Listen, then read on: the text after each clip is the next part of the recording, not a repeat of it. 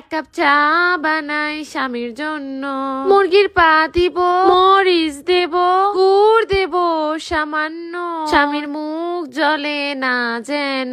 এক কাপ চা বানাই স্বামীর জন্য।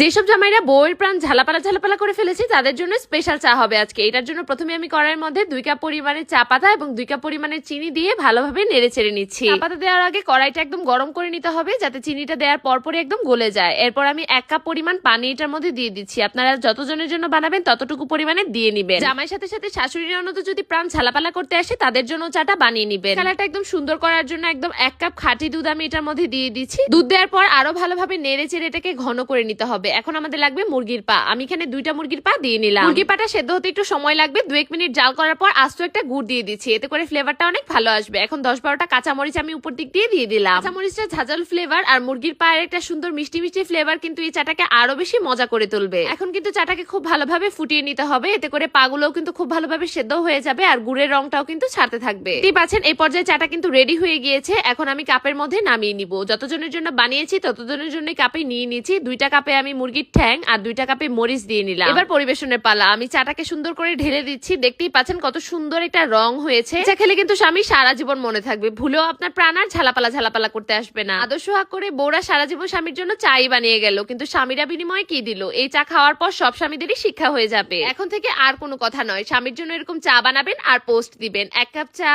বানাই স্বামীর জন্য, স্বামীর মুখ পুড়ে না যেন।